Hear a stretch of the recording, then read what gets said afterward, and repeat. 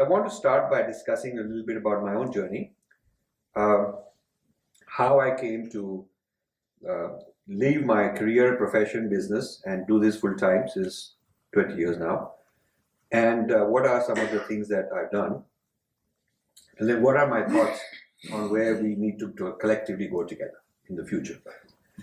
So I came from a family where uh, my father's side were very sort of, they were very different mother's and father's side.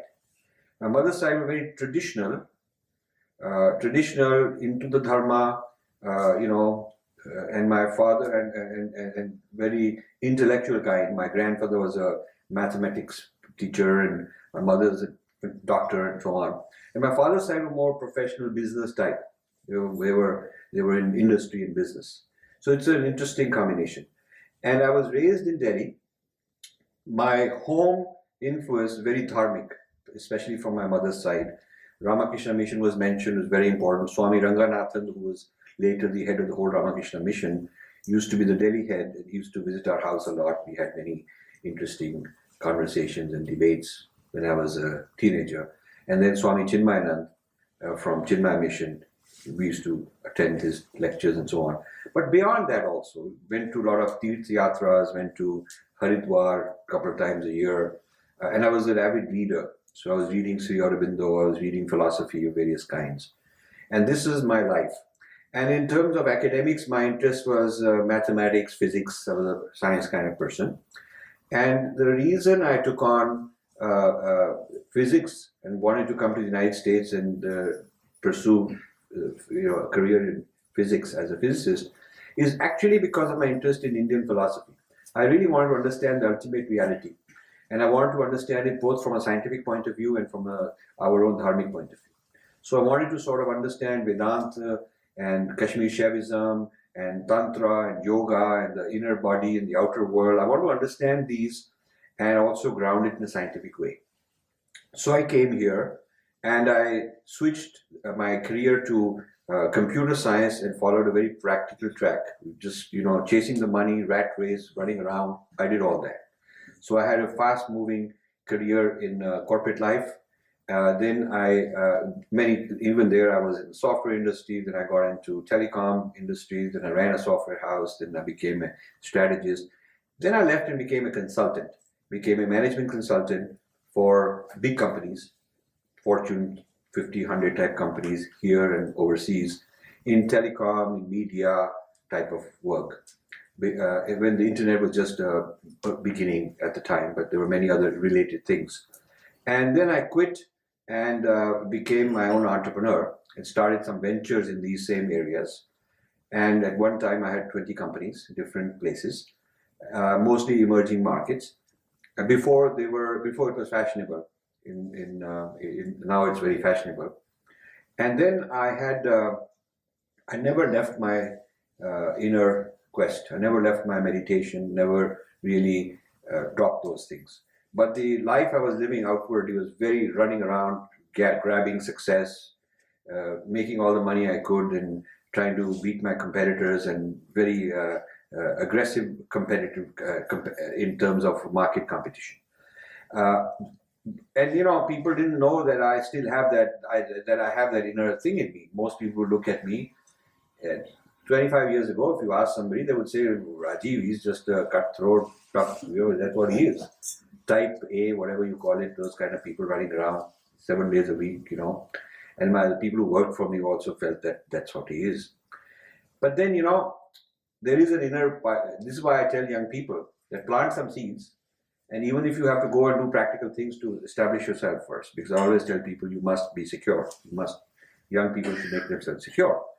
But if certain seeds are planted in you, and they are going to one day mushroom, they are one day going to come out, and you will then switch back, So I was very lucky it happened.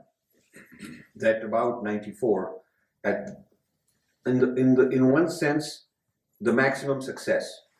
If you look at my tax return, that I did the best, doing my best. But if you look at my inner being, I was very troubled, anguished, a lot of complexities. Also, you know, in the rat race, business rat race, you come across a lot of people that you don't think well of, and you have to do business with them. And so you also begin to wonder, is this life? You know, I mean, now I'm stuck in having to do all these kind of, you know, because people are only materialistic. Yeah, people are materialistic, and that's all that matters to them. For me, it was more like I already making more than I needed, and it was more like a game because I'm successful, so I keep playing the game. So it's more interesting to keep winning, you know, not because I really needed that, not also because I wasn't attached to that, but I just wanted, it was momentum of success. Success becomes a momentum when you just keep playing it for the game. But I felt uncomfortable with the ethics of the business world. I felt uncomfortable with too much accumulation of wealth with few people and a lot of suffering and people very selfish. So there was a series of the events, and I connected with the new guru at that time. A guru I had some relatives had introduced me to, and some years ago when I had met this guru, I attended a talk and I was said, okay, this is already, I already know that all these things we learned in Chinmay mission and Ramakrishna mission, I already know the nature of the self, the nature. I can quote all these things, so I have nothing to learn. This is what I was, kind of a very snobbish attitude, and so the people with the guru who approached me, who had brought me to the guru, and told back this thing about my reaction. And the guru said, he is not yet ready, but one day he'll be ready. So let him be. So this is what they told me. They said, okay, you're not ready, you're still deeply involved in all the things you're running around, but one day you'll be ready. And then, you know, then some years later in 94, suddenly I was ready. I had one big experience after another, one big moment of aha and feeling like, you know, a kind of a deep realization of who I am. And then all of these things I'm running around, I'm just running around. Why? I don't even need to do this. What is the point of all this in the end? So it was almost quick sort of feeling to just let go of what I was doing, just drop it. And I remember I came back from a flight somewhere, and I brought my main people together in New Jersey. The subsidiaries I had were in different countries. So I brought these people together, and we used to always have a, you know, lunch together. So I said, look, I've decided I'm going to leave all this. So they just thought that it must be a joke. So I called a lawyer and I said, I'm exiting. You prepare whatever each group, each venture in a particular country, I give it to the local management. I get out. So they didn't think this is real. They really didn't think it's real. And my family got worried that what is this guy? Some of my personal friends said, you know, maybe having a midlife crisis. It happens to men, happen this way at this age. You know. One of them said, I know a very good psychiatrist. Yeah, a lot of people, a lot of relatives calling me, are you irresponsible? What are you doing? Like this.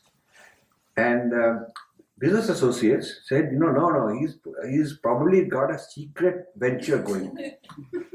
And he'll create this idea that he's exiting and take the market by surprise. He'll do something secret somewhere big. You know, he's not going to leave. So, but I left. And in my guru's advice, that when you're leaving, you have to be responsible towards your dharma, towards family. So I created a trust for my family to basically let them, in which I'm not a beneficiary, I cannot get anything. It's for them. So whatever happens to me, they'll be okay, they'll be taken care of. Not live the great life, but maintain a status quo. That what we created, we live in the same house, we'll have the status quo, you guys can continue, even if tomorrow I'm dead or gone, doesn't matter as far as your material status quo is concerned. And I created an endowment for the Infinity Foundation, and I created a retirement trust for me. So these are separate, nothing in the same box, separate. And my retirement trust look after me. You know, unfortunately, while at first it grew a lot because I totally handed over to some investment guys, But then market crash, this, that also started coming down, but I'm still able to be fine. And after I'm dead, my endowment, my retirement trust goes to my foundation, not to my kids or anything. So it's very clearly under my guru's guidance. It's very clearly what my priorities are, and whatever I'm able to achieve, where it goes. So I've put that down. With that, I became a retiree at the age of 44. Became full time, irreversible, burnt my bridges, got out of my things, and I sold my company for $1 because my guru also told me that, look, you made enough for yourself, so you're happy, and your idea is not you want to accumulate more. So this business of exit, how much exit value you get is probably not a good, you exit. And who are the people who helped to make this? The guys who were around me. I was the smarter, cleverer, craftier fellow who made all the equity for myself. But actually these guys had made the business. I had smart people around me who helped me a lot. So I actually sold each venture for $1 to those who were the inner group who had, sometimes it was one person, sometimes a small group, they would buy me out. So this made me a free person. And this made my friends and family very worried. Very worried. What the heck is this guy doing? So I didn't know initially, all the things that I'm now doing. I couldn't see 20 years ahead. So I first, the foundation went through 3 or 4 phases of defining its charter. So initial charter was wisdom and compassion. Compassion is what you do from the heart.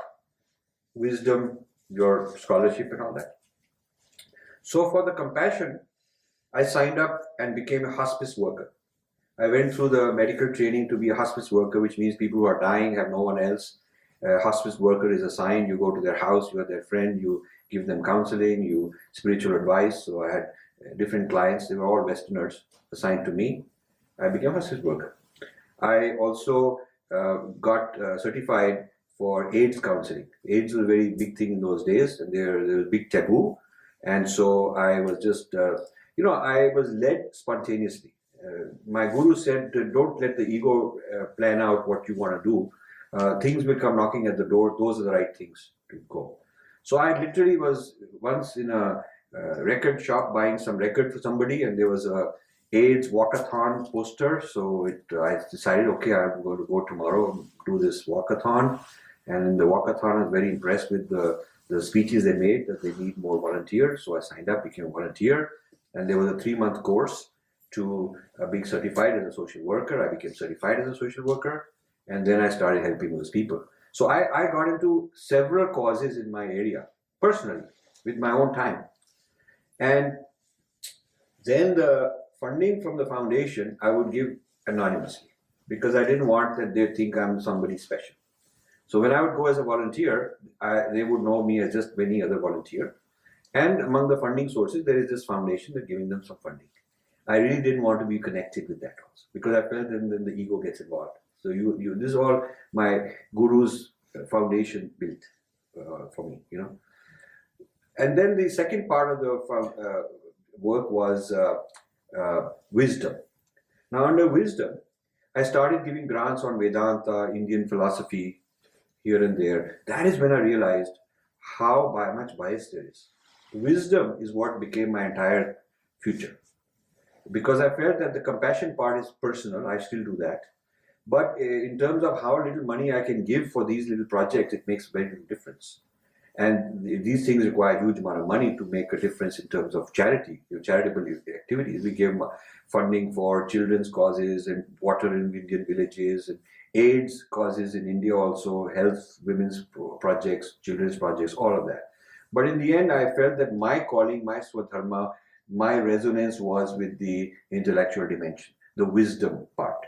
So in the wisdom part, we started intervening in the 90s in the American school system, where the curriculum was not very good for our culture. So in the school where my children go, I took the history teacher, religion teacher, culture studies teacher. I took them to Rishikesh, Nepal. We went to all kind of sites, and we saw, I said, why don't we bring school kids here to learn our traditions, rather than sitting in the US having all these strange ideas. So the principal of the school was very impressed by the report she got. I took these teachers to Gangotri, and we had very fascinating experiences. So as a result of that, we started a campaign. We started a project which is still alive in Princeton, where during spring break, students, 20, 25, with some parents and teachers, they make a trip to India to learn Indian religions firsthand. And these kids come back very transformed. And these kids are not the stereotype types, they are very deeply influenced and impressed by Hinduism and other religions. So the projects of this sort mushroomed in universities, in